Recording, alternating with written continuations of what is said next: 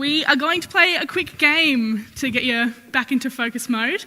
I'm going to show you a couple of pictures very, very quickly, like you're going to have 2 seconds to look at them.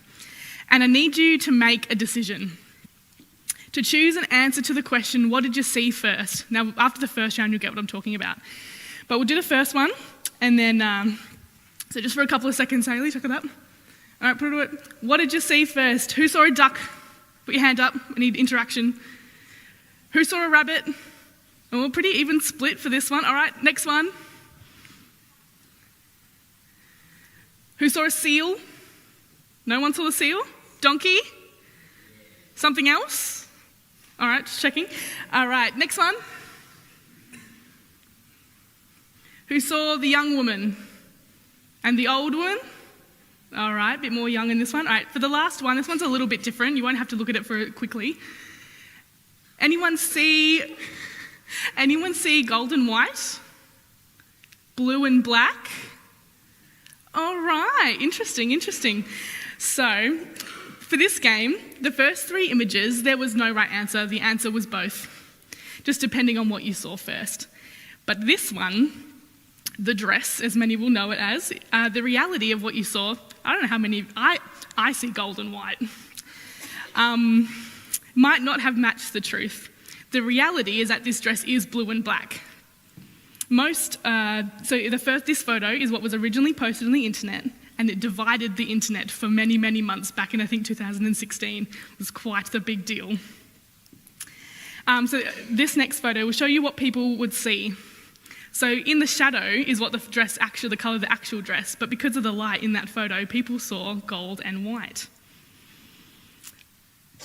For this game, I made you make a decision with very little with very little information, with only what you could see with your eyes. The game would have been much easier if I gave you a little bit more time, or if you had a little bit of history about if you've seen some of them before.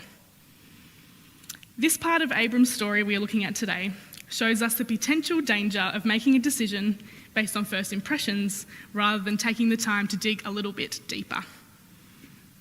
At first glance, this story from Genesis seems simple. It is certainly not a chapter that has made me look twice or has inspired me at first glance. But when we look a little deeper, we start to see the impact of the choices Abram made and what we can learn from them. At the end of the previous chapter, we see Abram choose not to trust in God's provisions during the famine in his lands and instead retreat to Egypt. Abram's actions in Egypt resulted in him being cast out and returned to his land where he began, disgraced, but with a renewed focus on God. At this point in the story, we see a distinct change in Abram's attitude towards trusting God. As a result of Abram's deceit whilst living in Egypt, he and his family, which included Lot, accumulated quite a large amount of wealth. This was not the wealth kind that would be kept in banks, but wealth was seen in large amounts of livestock, possessions, gold and silver, which all had to be taken with you wherever you went.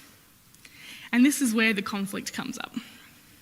Abram and Lot were travelling together with all of their stuff, and they quickly discovered that sharing the land meant there was not enough water to sustain both their herds or enough room to store all their possessions.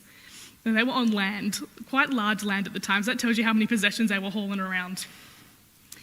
And arguments quickly broke out between Lot and Abram's herders, and Abram made the first choice we see in this story.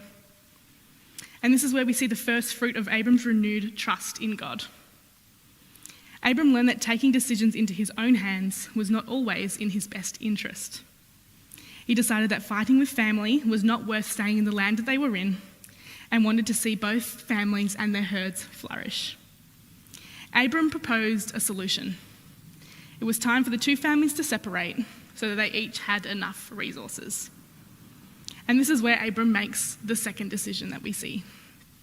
If you go to the left, I'll go to the right.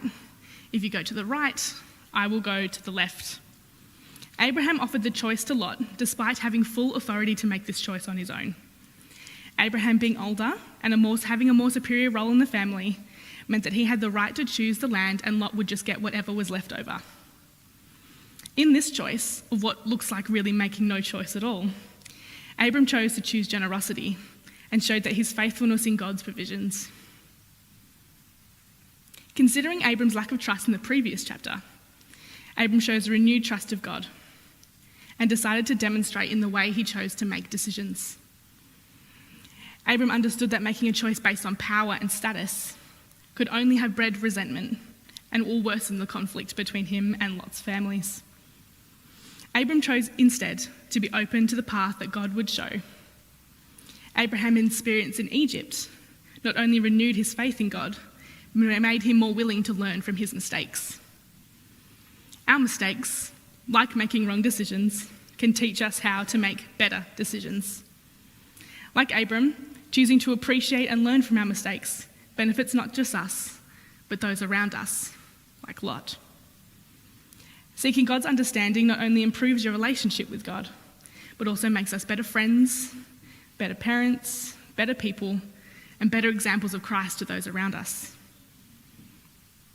So what does Lot make of this proposal that Abram has placed before him? Lot was allowed to choose between the lands closest to the plains of Jordan or the lands closest to Hebron. And you know, in the movies and the cartoons where people are going through the desert and then in the distance they see this hazy, lush oasis where they can get water and sustenance. That's what the land near Jordan would have looked like to Lot. A tropical climate, plenty of access to water to maintain the herds. On the other hand, the lands in the other direction near Hebron were further away from water access, but still boasted rolling hills and a mountain breeze. Plenty of space to sustain all of their things. Verses 10 and 11 tell us that Lot looked, he saw, and he decided. The land near Jordan reminded Lot of the stories of Eden he had heard growing up and the promises to return. A nostalgic and hopeful feeling. Water, being one of Israel's most sought-after commodities, and the sufficient access to resources would have made this an easy choice for Lot, a choice we can all understand. The first impression of greener pastures convinced Lot that he need look no further when making his decision. Lot chose to make his decision based on what he saw, rather than wait to hear from God. A decision, which we will learn, would have detrimental consequences. The way Lot made this decision reminds me of a story of a school fair project where a 14-year-old boy named Nathan proposed his audience with a question. And I'm going to ask you the same question, and it seems very off-topic, but stick with me.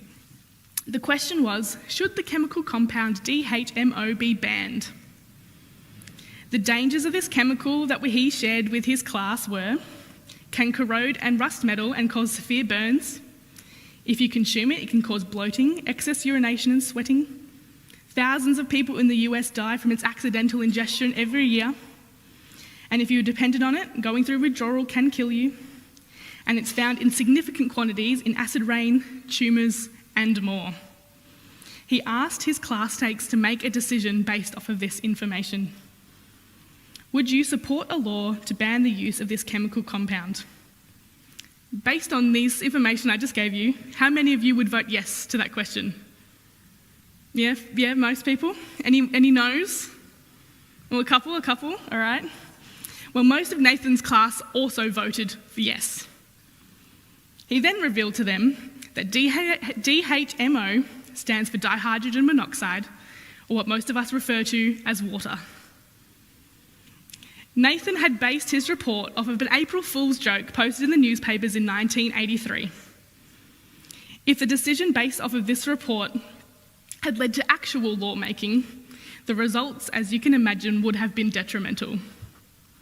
Stories like this remind us how easy it is to make decisions based only on the information right in front of us, right in front of our eyes, and our first impression of what is good and what is bad.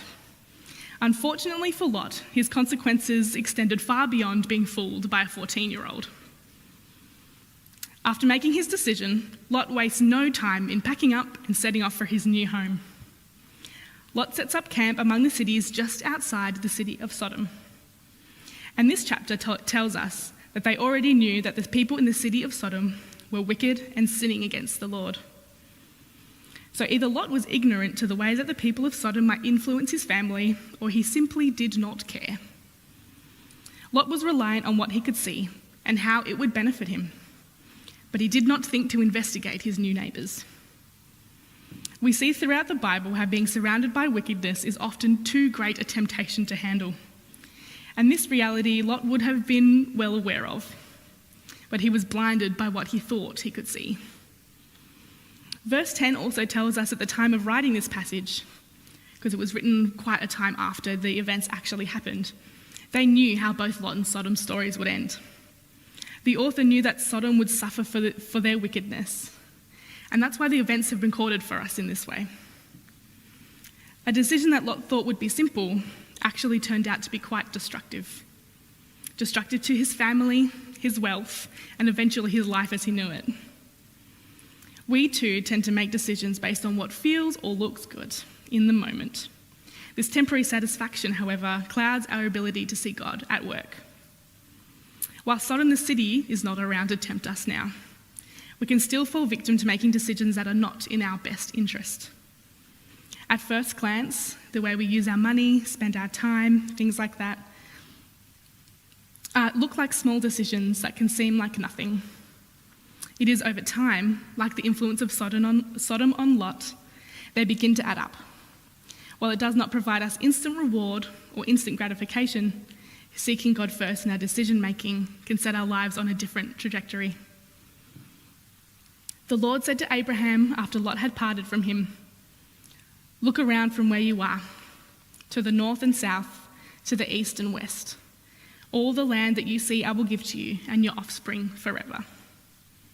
God reminds Abram of the promise that had already been made to him. The same promise that Abram remembered following his detour into Egypt. When deciding how to deal with the conflict with Lot, and then how to divide the land, Abram thought first of God and his promises. Lot made his decision because he was looking for the promised land, or as close as he could get. But Abram knew that he was already there. Abram did not need to argue with Lot over the land, firstly because he knew that all of the lands already belonged to God and were promised to him, but also because he trusted in God's provisions no matter what. This quote from John Piper says, "Every day, in every circumstance, God is always doing 10,000 things in your life, but you might only be aware of 3 of them." Abraham was able to see what God was doing in his life because he was focused on his faith. Lot could not find where God was guiding him, for he was much too occupied with what he could see. When faced with decisions, God calls out to us, "Look around. All that I have provided for you, all that I have made possible for you." And this promise can be really easy to forget when we are faced with the decisions of life and they become overwhelming. It is estimated that the average adult makes 35,000 choices a day, and that works out to be roughly 24 choices a minute. That is overwhelming enough to think about without having to consider right and wrong choices and how they impact our lives in the moment and in the future. The best place to start is by seeking God's wisdom and choosing to trust him fully as we attempt to walk by faith. I would encourage you today that when you are faced with choices, no matter how big or small they may seem, to take the time to seek a deeper understanding, but to ultimately be willing to trust in God. Sometimes we can find God speaking to us when we lean deeper into his word or in his presence, or sometimes it can be really difficult to discern. But it becomes even more difficult if you are not first willing to see God's will happen in your life. Walking through life by what we see alone may lead us down the wrong path, lead us to poor choices, and can leave us feeling lonely and lost.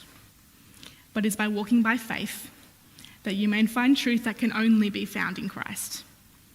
It is not always an easy path, but it is one that promises fullness and flourishing.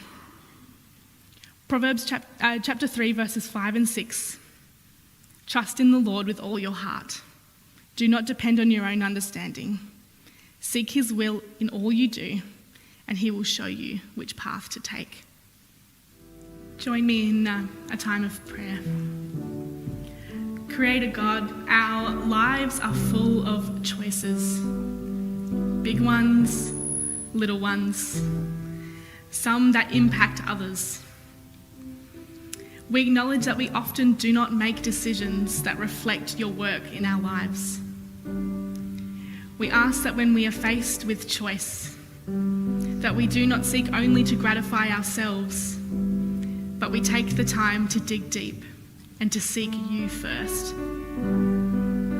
I pray that each of us here today become more open to seeing you at work, both in our mistakes and in our triumphs. We thank you that your love for us is eternal and that your wisdom is always available to us, that we only need ask. Lord, we pray this in your precious name. Amen. For our benediction today, I would like to finish by bringing you again Proverbs chapter 3, verses 5 and 6, as an encouragement to take into your week. Trust in the Lord with all your heart. Do not depend on your own understanding. Seek his will in all you do, and he will show you which path to take. Amen. Bless you.